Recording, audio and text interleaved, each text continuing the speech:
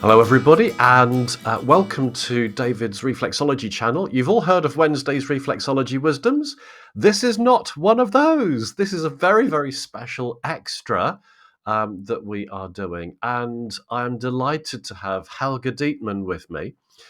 Helga is going to be coming over to London at the end of November, and she's going to be teaching emotional release reflexology. And so what I've asked Helga to do is to just dive into this video chat with me so that she can explain to everybody that wants to know what emotional reflexology release reflexology is all about and why you should learn it. So Helga, over to you. Tell me a little bit about it, please. Hi, David. Thank you so much for inviting me. Before I start talking about emotional release reflexology, I would like to do one little correction. I booked my flight for beginning of November, not for the end of November. So the class will be on 9th and 10th of November in London. You are absolutely right. So, emotional release reflexology. I try to keep it short. I developed the method by the experience that when you work on people's feet, that often emotions will be released. And I think you all have had these experiences. And I made up my mind what to do if that happens. So then, through my knowledge about psychology and different therapies, I started working with different tools to help people to unfold their emotions, to experience their emotions, and to have the trust that even in the reflexology session, they can do that. And it will strengthen you as a reflexologist to be able to keep calm and to somehow give the person you work on the information that you are ready to work with their emotions, that they can trust you, that you don't get unsure. So, that's mainly what it is in the first place. Mm-hmm. You get the tool to help people to release their emotions and to feel kind of held. Yeah. Yes, held. Absolutely. Yeah.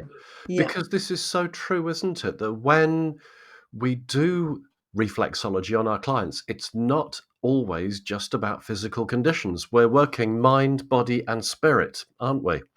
And so I'm guessing that what you're teaching is that side of things. It's what's going on in somebody's mind, what's going on in their heart.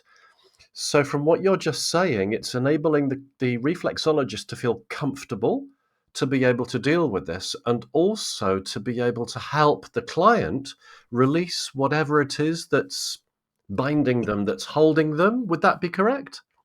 Right. And very often people come just with physical complaints. And then you see that behind the physical complaints, there is much more concerning the emotions Yeah. and also the mind issues. Yeah.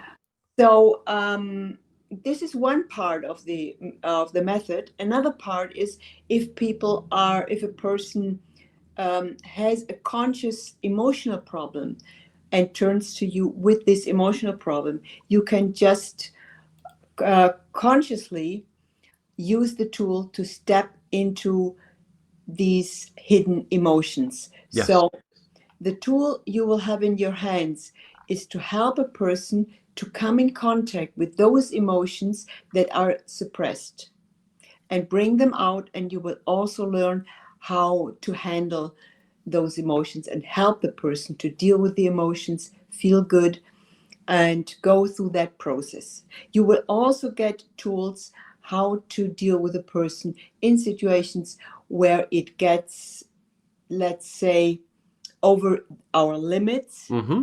So then you can help the person to calm down and probably see a therapist. So it's not a method that just keeps the person, let's say, leave your clinic with an open heart. Yes, So or an we open always wound. Yes, yes, yes. we Yeah. always take care that our clients get bandages and just can leave our clinic room quite relaxed and with trust and knowing that there is something more that they can expect to deal with. They can have there's something more. How can I say it? Help that Yes, they yes. will expect. Yeah.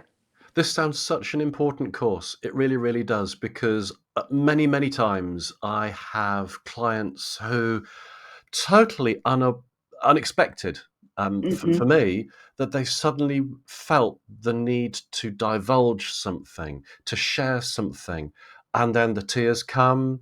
And of course, for me, I would always have a stock phrase, which is, "Look, this is a safe place. I'm not going to Yeah. tell anybody what you're sharing with me." And it's a good thing to let the tears come, because then that's a release. But more than that, I'm not so sure what to do. So what you're telling me, this sounds like this is really, really valuable information. Now, what I'm going to do, Helga, is I'm going to share with everybody when the course is. So Yes. this is on Saturday and Sunday, the 9th and 10th of November. Helga was absolutely right. It's not at the end of the month. It is at the beginning. So 9th and 10th of November.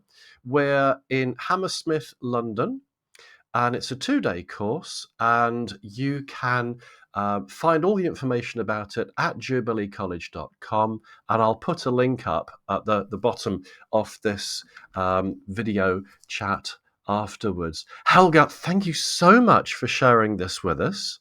And I am very, very excited. I haven't been in London for a few years, so I'm very excited to come to London and also to see all of you and to teach my baby.